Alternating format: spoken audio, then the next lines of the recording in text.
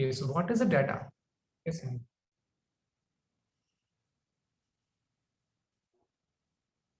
Yes, can you respond? What exactly is the data? Yes, bolo beta. Ashutosh or Sani, you have raised your hands. Data is information. Unmute yourself. Unmute yourself. Your voice is not coming. Mic to अपना open करो. I'm not getting your voices. Hello, sir. Sir, data Okay, is okay, yes. Data is any kind of information. किसी भी type का information data. Data is any kind of information. किसी भी type का information हमारे पास data. Okay? और क्या है data? मतलब ऐसी कोई भी information जिसको हम numbers की form में दिखा सकते हैं. Okay? Any kind of information. For example, you are a number. For example, आप अपने आप में एक data है. For example, you have some name. आपकी कुछ एज होगी, एज किसी नंबर में है, वो एक डाटा है. आपका कुछ वेट है, वेट भी एक नंबर है, वो भी एक डाटा है. ठीक है. फिर आपने कुछ पेपर्स दिए हैं, कुछ मार्क्स आए हैं, है कि नहीं, वो भी नंबर के फॉर्म में है, वो भी डाटा है. सो डाटा क्या है? Data is an information. ऐसी information which can be represented with the help of numbers. Okay. कोई सी भी इंफॉर्मेशन जिसको हम नंबर्स की हेल्प से रिप्रेजेंट कर पा रहे हैं. Data is a collection of numbers which are gathered to give information. बहुत सारे नंबर्स को हम कलेक्ट कर रहे हैं और उनसे हम कोई इंफॉर्मेशन डिराइव कर रहे हैं. ठीक है. और इस पूरे प्रोसेस को the collection, recording and presentation of data, it helps us to organise our experiences and draw inferences from them. हम ये चैप्टर क्यों पढ़ रहे हैं? क्योंकि कभी कभार ऐसा होता है हमारे पास ह्यूज अमाउंट ऑफ डाटा होता है. ठीक है. तो हम उसको प्रॉपरली ऑर्गेनाइज करते हैं और उनको अच्छे से रिकॉर्ड करते हैं और फिर हम उनसे इन्फरेंस ड्रॉ करते हैं. मतलब क्या हुआ, मैं आपको समझाता हूँ. For example, I want to know which student is good in maths. तो मैं क्या करूंगा? What will I do? How will I come to know which student is good in mathematics? Yes, anyone? कैसे मुझे मालूम पड़ेगा? Yes, बोल दो. Mic is open. You can unmute yourself. Sir, you will take a test. Yes, test लिया, आपके कुछ marks आए, उन मार्क्स को मैंने रिकॉर्ड किया, है कि एक आपकी जो मार्कशीट होती है, मैंने आप सभी के मार्क्स को रिकॉर्ड किया एक टेस्ट लेने के बाद. अब उस पर मैं कैसे देखूंगा? फिर मैं उस जो मैंने डाटा को रिकॉर्ड किया, आपके marks, your marks is a data, I will record your marks in a table. लेकिन एक टेबल फॉर्म में मैंने क्या किया? उसको ऑर्गेनाइज किया. इस प्रोसेस को क्या किया? पहले मैंने क्या किया? डाटा को रिकॉर्ड किया, फिर मैंने इस डाटा को ऑर्गेनाइज किया, ठीक, टेबुलर फॉर्म में. अब मुझे समझना है कि किसके मार्क्स कौन अच्छा है या कौन वीक है उस सब्जेक्ट में. तो मैं क्या करूंगा? मैंने आप सबके मार्क्स को असेंडिंग ऑर्डर में लगा दिया. आवाज नहीं आ रही है, थोड़ा जोर से बोलिए. Okay, so what did I do? I arranged your marks in ascending order. मैंने आपके मार्क्स को ascending order में अरेंज कर दिया, है कि नहीं? ascending order में अरेंज कर दिया तो मुझे मालूम पड़ गया कि जिस बच्चे का नाम टॉप पे है, he has scored highest and he is good in mathematics. और जिस स्टूडेंट के मार्क्स लास्ट में आ रहे हैं यहाँ, it means that he has not performed that well and he is not good in that topic. लेकिन सो this is how data is helping. और फिर मैं इस डाटा को और भी तरीके से रिप्रेजेंट कर सकता हूँ. जैसे मैंने जो डाटा कलेक्ट किया उसका टेबल बनाया, फिर पैराग्राफ बना सकता हूँ उसका डिफरेंट वे से, ताकि मुझे ज्यादा देखना ना पड़े, मेरा टाइम कम लगे और मैं इन्फ्रेंस लगा सकूँ. ठीक है. Okay. So we organise and present these data in a different way so that their analysis and interpretation becomes easy. ये जितने भी डाटा है, जैसे नंबर्स है या आपकी हाइट है, वो भी एक डाटा है. अब मुझे देखना है which student is taller in the class, तो मैं सबकी डाटा को रिकॉर्ड करूंगा, सबकी हाइट्स को सेंटीमीटर में या जो भी है मीटर में, फीट में. फिर मैं उसको अलग अलग तरीके से ऑर्गेनाइज कर सकता हूँ. या तो मैं टेबल बनाऊंगा. आपको याद है फ्रीक्वेंसी टेबल हमने बनाया था टेली मार्क्स के थ्रू, है कि नहीं? कुछ वैसा हम टेबुलर डाटा बना सकता हूँ. या फिर मैं बार ग्राफ के थ्रू बार्स बना के डिफरेंट हाइट्स के मुझे आइडिया लग जाएगा कि इस हाइट पे कितने बच्चे आ रहे हैं, है कि नहीं? तो I will get to know कि विच स्टूडेंट इज टॉलर, है कि नहीं? या मैक्सिमम बच्चे कि हाइट किस रेंज में है कि नहीं. So this is the benefit of data. So to get a particular information from the given data quickly, the data can be arranged in tabular form. कोई भी डाटा अगर हमको दिया है उससे अपने को कोई स्पेसिफिक इंफॉर्मेशन चाहिए, बहुत सारी डाटा है. अब बच्चों के जैसे मार्क्स आ गए, अब मुझे देखना है कौन सा बच्चा वीक है. अगर मैं उसको रैंडमली अरेंज करूंगा तो मुझे मालूम नहीं पड़ेगा. तो अगर उसी डाटा को मैंने टेबुलर फॉर्म में, मतलब एक टेबल में लिख लिया है कि नहीं, टैली मार्क्स की हेल्प से, तो मुझे डाटा क्विकली मालूम पड़ जाएगा कि किसके हाईएस्ट मार्क्स आए, या ये लोएस्ट मार्क्स कितने बच्चों के आए, या पासिंग मार्क्स से ऊपर कितने बच्चों के मार्क्स आए, पासिंग मार्क्स से नीचे कितने बच्चों के मार्क्स आए. Okay, are you getting, is this clear? इसलिए हम डाटा को यूज करते हैं, टेबुलर फॉर्म में अरेंज करते हैं. अब डाटा हैंडलिंग में होता क्या है? सबसे पहले हम डाटा को कलेक्ट करते हैं या रिकॉर्ड करते हैं. ठीक है, first process in data handling is data collection. We are recording the data. जैसे मैंने आपके मार्क्स को टेस्ट किया, आपके मार्क्स को रिकॉर्ड किया है कि नहीं, शीट पे कलेक्ट किया. This is called data. आपके जो मार्क्स थे वो इंफॉर्मेशन थी, दैट वाज अ नंबर. फिर वो जो डाटा मैंने कलेक्ट किया, जिसको मैंने रिकॉर्ड किया, उसको मैंने ऑर्गेनाइज किया. Data organisation. Now what does data organisation mean? मैंने उस जो मार्क्स थे एक टेबल में उसको अरेंज किया, ठीक है, सीक्वेंस में, असेंडिंग या डिसेंडिंग ऑर्डर में, ताकि मुझे एनालिसिस करने में आसानी हो सके. ओके, और डाटा को जब मैंने ऑर्गेनाइज कर दिया, then in the next process मैं उस डाटा को इंटरप्रेट करूंगा. इंटरप्रेट मींस मैं जो भी मुझे इंफॉर्मेशन चाहिए, जैसे किस बच्चे के हाईएस्ट मार्क्स आए हैं, किसके लोवेस्ट मार्क्स आए हैं, उस टेबल की हेल्प से या उस बार ग्राफ की हेल्प से आई कैन इंटरप्रेट. ओके, मेरा एनालिसिस हो जाएगा. This is the whole process of data handling होता है. डाटा कलेक्शन में क्या होता है, हम डाटा को रिकॉर्ड करते हैं. Data is any kind of information which is represented with the help of numbers, जो कि नंबर की हेल्प से हम जिसको रिप्रेजेंट करते हैं. कोई भी ऐसी इंफॉर्मेशन जिसको हम नंबर्स की हेल्प से रिप्रेजेंट करते हैं. ठीक है, दैट इज डाटा. ओके, सो और ऑर्गेनाइजेशन में क्या होता है? ऑर्गेनाइजेशन में हम डाटा को टेबल्स में दिखा सकते हैं, है कि नहीं, टेबल्स में अरेंज करते हैं, या ग्राफ बना देते हैं, बार ग्राफ हो गया, है कि नहीं, या पिक्टोग्राफ. काफी चीजें अभी हम देखेंगे, अभी आगे आएगा रिवाइज. डिफरेंट वेज हैं through which we can organise data. फिर इसी की हेल्प से हम इस डाटा को इंटरप्रेट करेंगे, जो भी अपने को डिजायर्ड इंफॉर्मेशन चाहिए. ओके बेटा, चलो let's move on to next slide. जहां पे आपको करना होगा, I will tell you where you have to do. Okay, so first process is collection of data. Data collection हमारा फर्स्ट प्रोसेस. ठीक है, अब क्या होता है data collection? A collection of data may not give us a specific information related to data. मान लो मैंने कोई डाटा रिकॉर्ड किया है, तो मुझे पता नहीं चलेगा कि कौन सा इंफॉर्मेशन है जो मुझे चाहिए, है कि नहीं.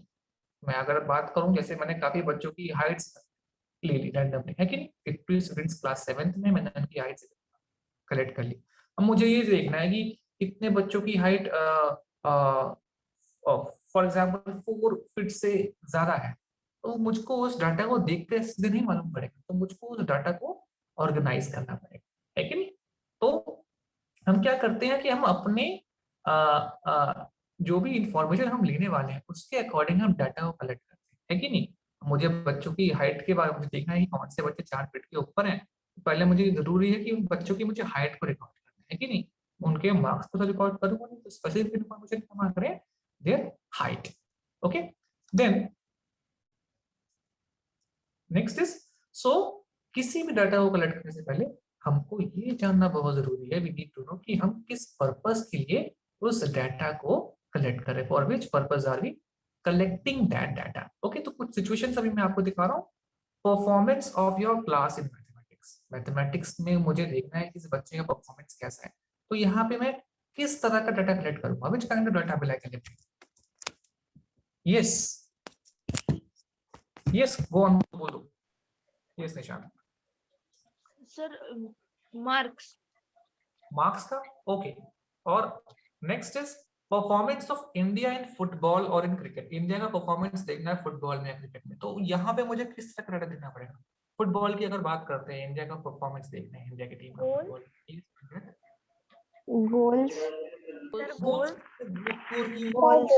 सर स्कोर या कितने मैचेस, यस सर गोल गोल से होता है, या how many matches they have one, same thing in cricket, how many matches has India, how many tournaments has India one, India ने कितने टूर्नामेंट जीते हैं, कितने कप्स जीते हैं, तो उसके बेसिस पे हम पता लगा सकते हैं।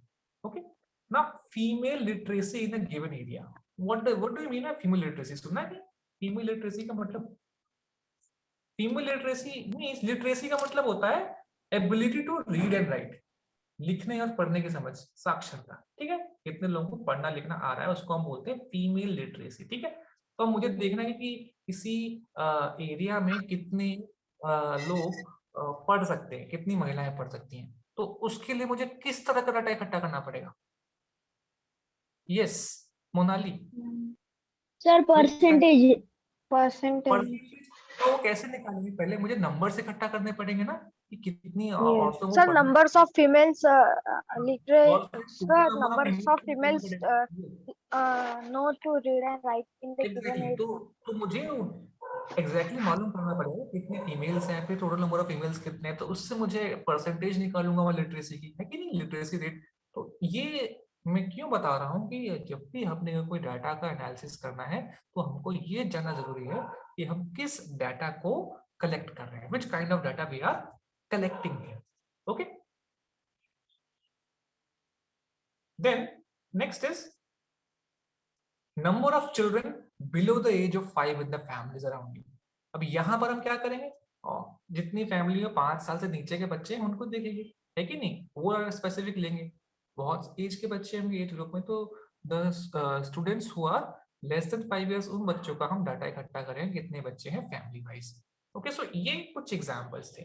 सो अब ये जितनी भी सिचुएशंस आपने देखी ऊपर 1 2 3 4 सिचुएशन, जितनी भी सिचुएशंस आपको दिख रही हैं, इन सब में क्या है कि हम अपनी सहूलियत के हिसाब से, अपने नीड के हिसाब से एक एप्रोप्रिएट डाटा को हम कलेक्ट कर रहे हैं। We are collecting an appropriate data. Okay, so what is the appropriate data for it? जैसे अभी आपने बताया फर्स्ट वन में performance of class in mathematics, हम उनके टेस्ट का स्कोर्स देखेंगे फर्स्ट वन में, वो एप्रोप्रिएट डाटा होगा, टेस्ट का स्कोर्स लेंगे। ठीक है, जो भी उसके सेकंड वन में performance of India in football में या क्रिकेट में हम क्या देखेंगे कि number of matches India has won in football और क्रिकेट, है कि नहीं, इंडिया ने फुटबॉल या क्रिकेट में कितने मैचेस जीते हैं, है कि नहीं, number of matches India has won in football और cricket. Okay, similarly female literacy rate में I will collect the number of women, है कि नहीं, फीमेल नंबर ऑफ वुमेन या फीमेल हु आर लिटरेट, और फिर मैं परसेंटेज निकालूंगा, I will find out the percentage then. Okay, these are the various kinds of data which I will collect. Okay, ये अपने को समझना है। ठीक है, लिखने की जरूरत नहीं, I will upload this video on YouTube. Okay, अभी आप समझो बस। Okay, then next step is organization of data. Data को ऑर्गेनाइज करना, हमने डाटा को कलेक्ट कर लिया, अभी मैंने आपको कुछ सजेशंस दिए, जो भी डाटा था, जो भी इंफॉर्मेशन था, मैंने उस डाटा या उस इंफॉर्मेशन को कलेक्ट कर लिया। अब मुझे क्या करना है, मुझे उस डाटा को ऑर्गेनाइज करना है। Okay, now what do you mean by data organisation? Data organisation here means when we collect data we organise it in tabular form. हम डाटा को एक टेबल की फॉर्म में ऑर्गेनाइज कर रहे हैं। ठीक है, tabular form means I am organising the data in tables. ठीक है, वो टैली मार्क्स, फ्रीक्वेंसी मार्क्स जो भी आ रहा है। ठीक है, देन उसके बाद जब भी हम डाटा को टेबुलर मार्क उसमें ऑर्गेनाइज कर रहे हैं, then after that what we shall do here, we put it in a proper table. हम उस डाटा को एक प्रॉपर टेबल में पुट करेंगे, और ताकि it will be very easy to understand and interpret data. उस डाटा का हम आराम से मतलब निकाल सकते हैं। Okay, so for example there is a class teacher. अब एक क्वेश्चन है, there is a class teacher who wants to find how children had performed in English. ठीक है, वो जानना चाहता है कि इंग्लिश में बच्चों ने कैसे परफॉर्म किया। तो उसने क्या किया कि जो बच्चों का टेस्ट किया और उनके जो मार्क्स आए वो उस टीचर ने पुट डाउन कर दिया। She put down the marks of students. ठीक है, उसने यहाँ पे कुछ मार्क्स, ठीक है, यहाँ पे पुट डाउन कर दिए जो भी बच्चों ने ऑब्टेन किए थे। ओके, सो अब कैसे करेंगे, इस डाटा को प्रॉपर्ली अंडरस्टैंड करने के लिए उसने डाटा को ऑर्गेनाइज किया। अभी मैंने आपको बताया we can organise the data in tabular form. Okay, so if you can see यहाँ पर what did she do here, ठीक है, रोल नंबर वाइज एक तरीका ये था, रोल नंबर वाइज उसने सबके रोल नंबर लिखे, सबके नाम लिखे और मार्क्स आउट ऑफ 50 जो थे उसने अरेंज किया। ठीक है, she arrange roll number wise, उसने सीक्वेंस वाइज उन सबके marks arrange, roll number 1 to 10। ठीक है, एक तरीका ये था। लेकिन उसको ये क्लियर नहीं हो रहा कि अभी कि उसके स्टूडेंट्स ने परफॉर्मेंस कैसा किया, अभी भी उसको देखने में टाइम लगेगा कि हाईएस्ट मार्क्स किस बच्चे के आए हैं, किस बच्चे के लोवेस्ट मार्क्स आए हैं, या how many students have got more than 50% of marks. तो उसकी जो कलीग है, उसकी जो फ्रेंड है, उसने इसी डाटा को एक दूसरे तरीके से प्रेजेंट करना सिखाया। जैसे आप देखो, उसने क्या किया, रोल नंबर वाइज अरेंज ना करने के बजाय उसने मार्क्स को डिसेंडिंग ऑर्डर में अरेंज करना दिखाया। जब उसने मार्क्स को डिसेंडिंग ऑर्डर में अरेंज करना सिखाया तो what will happen, the analysis of data will become easy, है कि नहीं। In this table if you can see data can be easily analysed, बस बिना टाइम वेस्ट किए we can easily see that Ashish roll number 3 has got the highest marks, Jay roll number 7 has got the lowest marks। अपना time भी consume होने से बचा, और भी क्या मालूम पड़ रहा है कि 50% मार्क्स से ऊपर कितने बच्चों के आ रहे हैं एफिशिएंसी टिल फैजान, है कि नहीं, मतलब 8 बच्चों के marks they have scored more than 50%। तो आप देखो डाटा हैंडलिंग का मेन पर्पस क्या है, किसी भी डाटा को कॉम्प्लेक्स बहुत ज्यादा नंबर आते हैं डाटा के इंफॉर्मेशन से कैसे हम रिजल्ट्स इन्फ्रेंस निकाल सकते हैं, कंक्लूजन निकाल सकते हैं। Is this clear, is this clear to you? Okay, so let's move on to next topic. So many kinds of data we come across are put in tabular form। जैसे ये data है वैसे ही हमारे आसपास बहुत सारे डाटा ऐसे आएंगे जिनको हम टेबुलर फॉर्म में पुट कर सकते हैं। टेबुलर फॉर्म मींस टेबल्स की फॉर्म में, in the form of table. ठीक है, जैसे ये टेबुलर फॉर्म में डाटा है। ठीक है, कुछ एग्जांपल्स हैं, स्कूल रोल्स, जो आपकी स्कूल की अटेंडेंस होती है क्लास में, आप सबका डाटा है, रोल नंबर वाइज हम अरेंज करते हैं। प्रोग्रेस रिपोर्ट, योर मार्कशीट, है कि नहीं, या जो आपकी नोटबुक है उसके आगे का जो इंडेक्स आप डाटा लगा रहे हो नंबर्स में। ठीक है, आपका चैप्टर नंबर 1 किस पेज से किस पेज तक है, डेली का टेम्परेचर रिकॉर्ड, ऐसे बहुत सारे डाटा हैं जिनको हम टेबुलर फॉर्म में, टेबल के फॉर्म में लिख सकते हैं। ठीक है, so this is all about organisation of data. Data को कलेक्ट करने के बाद हम उस डाटा को कैसे ऑर्गेनाइज कर रहे हैं, क्यों कर रहे हैं, so that we can easily understand उस डाटा में दिया क्या हुआ है। ठीक है बेटा, okay. So after data organization, what is the next process? Data organization के बाद next step क्या होता है?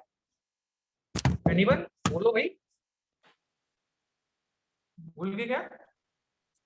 चलो। Sir, representing data. Yes, data representation। ठीक है, अब try these करना है। You can solve this thing। आपकी बुक में try these है, देख लेना। Weight in kilogram, weight in kilogram is given। ठीक है, this is kg। ठीक है, weigh at least 20 children of your class। अपनी क्लास के 20 चिल्ड्रन का वेट देखना है और उसको ऑर्गेनाइज करना है। तो कैसे करेंगे, एक काम करो, कमेंट बॉक्स में अपने अपने वेट डालो, मैं यहाँ लिखता रहता हूँ। ठीक है, चैट बॉक्स में जस्ट रैंडमली वेट जो भी आपका हो। ठीक है, फिर हम उस डाटा को ऑर्गेनाइज करना सीखेंगे। Just put your weight in the chat box बेटा। मैं just quickly type your weight in chat box। Okay, so I am writing here 31, 44, 38, 40 type करता तो कम से कम 8-10 बच्चों की वेट मिला। 34, 40, 40, okay, let's see again, 46, 45, okay, 42, 36, 40। कितने हो गए? 1 2 3 4 5 6 7 8 9 10 11 12 और देखें 45। ओके, यस 45 एंड और देखो और कोई है? चलो इतने बच्चों के कर लेते हैं। फिर कितने स्टूडेंट्स आ गए? अब इस डाटा को हम कैसे चलो ऑर्गेनाइज करना सीखते हैं। Let us organise this data. Okay, अपने अपने नाम के साथ लिख लेना, यहाँ पे चैट बॉक्स पे नाम दिया है हुआ है। Okay, you can write. तो first of all serial number लिख लेंगे, रोल नंबर तो अभी हो सकता है दिक्कत होगी। Name of Sir, we have student to write this question.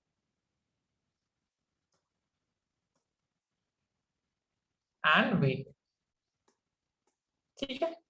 अब इस डाटा को ऑर्गेनाइज करने के कई तरीके 1 2 3 जो भी सीरियल नंबर हमने देखा, नेम ऑफ स्टूडेंट एनीथिंग जो भी आपका नेम आ रहा है, फॉर एग्जांपल यहाँ पे अभी यश, ठीक है, एक टेबल बनाया हमने and Yash weight is 34 kg, weight in kilogram, जो भी आप लिख रहे हैं उसकी बेस लिखिए। फॉर एग्जांपल और कोई है जो भी आपका कोई और भी स्टूडेंट आ रहा है, किसी का 45 kg आ रहा है, किसी का 46 kg आ रहा है, आप लिख सकते हैं इसका नाम, ठीक। एक तरीका तो ये हो गया। अब मुझे अगर इस थोड़ा सा और चेंज करना है, मुझे मालूम नहीं पड़ रहा है कि किस स्टूडेंट के हाईएस्ट है, किस स्टूडेंट के लोवेस्ट है, तो मैं क्या करूंगा, ये जो वेट है इसको सीक्वेंस वाइज अरेंज करूंगा डिसेंडिंग ऑर्डर में, जैसे अभी दिखाया था डिसेंडिंग ऑर्डर में अगर मैं इसको अरेंज करूंगा, I will get to know which student is heavier and which student is lighter। कर सकते हैं, है कि नहीं, we can do। ओके, तो you can ये इंफॉर्मेशन लिख लो और आप ना इसका टेबल बनाना, ठीक है। Is this clear to you? क्या करना है, आप जितने वेट्स हैं, फ्रेंड्स के नाम याद नहीं आ रहे, you can C from the list, भी आपके फ्रेंड्स किसी का नाम दे, ठीक है। Main purpose is understand. Okay, is this clear? क्या करना है, हमने क्या किया, डाटा कलेक्ट किया, आप ही लोगों ने डाटा कलेक्ट किया मैंने, your weight was the data in numbers, ठीक है, और उसको मैंने यहाँ पर रिकॉर्ड किया, और ये जो डाटा रिकॉर्डिंग था उसको फिर मैंने टेबुलर फॉर्म में अरेंज किया, ठीक है। I arrange this data in the tabular form. Okay, चलो let's move on to the next topic then.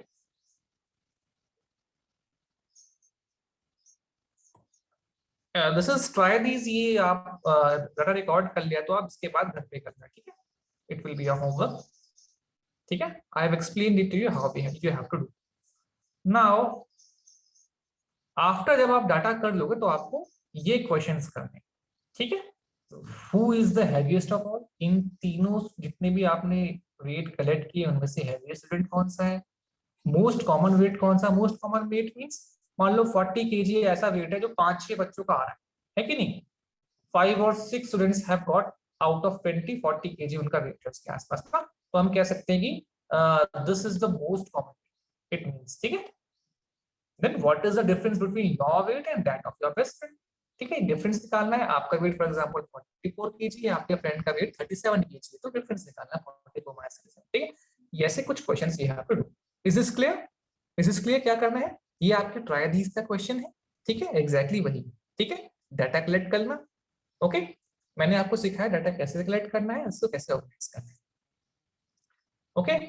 Now, let's move on to the next topic, representative values. Representative values. Okay. Representative values means we are representing, किसी भी data को मैं numbers की help से represent कर रहा हूं, ठीक है। इसको हम सेंट्रल टेंडेंसी ऑफ डाटा भी बोलते हैं, मतलब टेंड हो रहा है सेंट्रल, सेंटर में, मिडल में कोई डाटा टेंड हो रहा है, वहां पे शिफ्ट हो रहा है। सिखाता हूं तो 3 टाइप्स ऑफ, वो तो मैं आज मीन के बारे में आपको बताऊंगा, okay. So you all know that average is a number, average is a number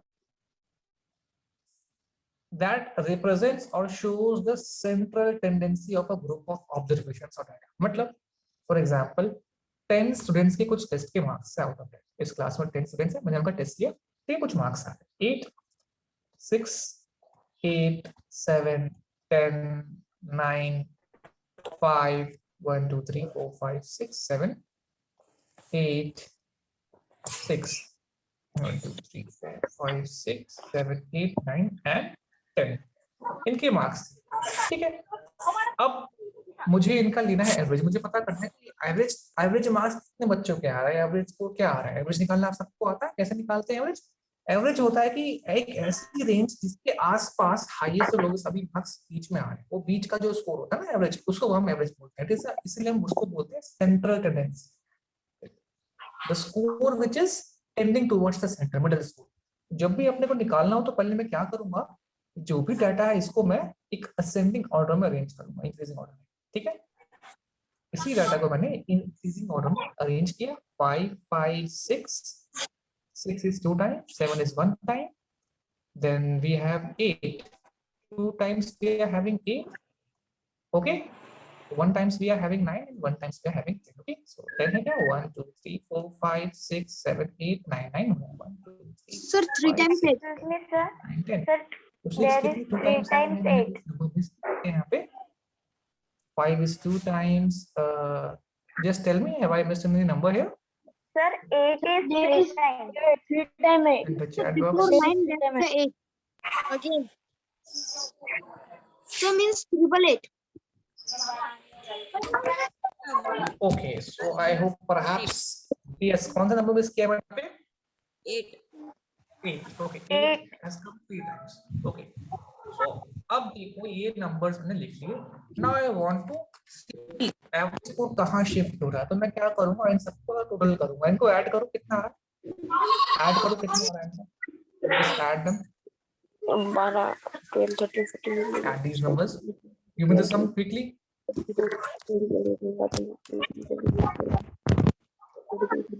the sum? कितना आ रहा है? 72. Sir, 52. Okay, 10, 16, 22, 29, 37, 45, 53, 62, 72 स्कोर आ रहा है शायद. किसी का 72 आया क्या? sir, मेरा. Sir, 82 other, sir. There is 82, not 72. 10, 16, 22, 29, 37, 845, 853, 962 plus 10, 72. तो इनका मैंने 72 रेंज लिया और हर बच्चे का आउट ऑफ 10 स्कोर आ रहा है. आउट ऑफ 10 आ रहा है कि नहीं? आउट ऑफ 10 स्कोर आ रहा है. ठीक है, तो मैं इस 10 को भी ऐड कर रहा हूँ. इट मींस अगर मैं टोटल करूं तो 10 रेंज है, तो ये टोटल 100 हो जाएगा. तो आउट ऑफ 172 मैंने किया. तो आप देखो 7.2 आ रहा है. तो एवरेज स्कोर क्या हो रहा है? 7.2.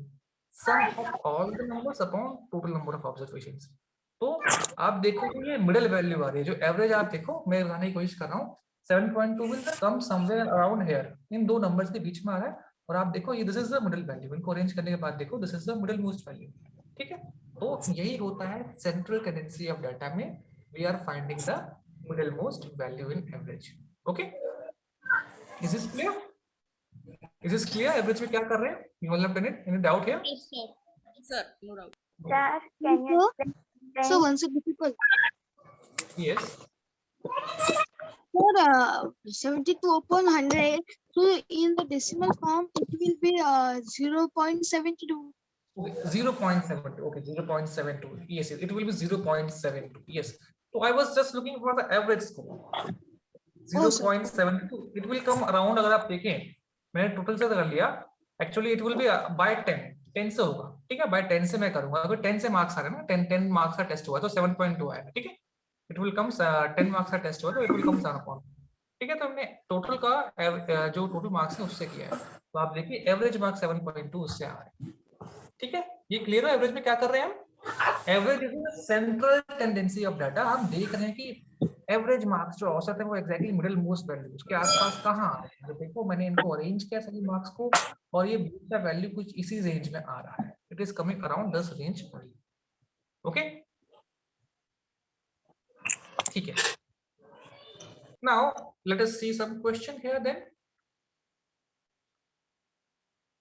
ओके, अब कुछ स्टेटमेंट्स मैं आपको दिखा रहा हूँ. ईशा स्पेंड्स, तो 4 मिनट्स रह गए तो I will rejoin the class. Okay, Isha spends on an average about 5 hours daily for her studies. हर अपनी पढ़ाई के लिए ईशा डेली 5 hours पढ़ाई कर रही है. Okay, next is by average we understand. यहाँ पे लिखा है एवरेज कि ईशा यूजुअली पढ़ रही है 5 घंटे. वो डेली 5 घंटे नहीं पढ़ रही है. किसी दिन वो 5 घंटे से कम पढ़ाई कर रही होगी, किसी दिन 5 घंटे ज्यादा पढ़ाई कर रही होगी. एवरेज मीन्स एक अनुमान है कि इस नंबर के आसपास उसकी पढ़ाई हो रही है. जैसे अभी हमने एवरेज स्कोर देखा 7.2 एवरेज स्कोर आया.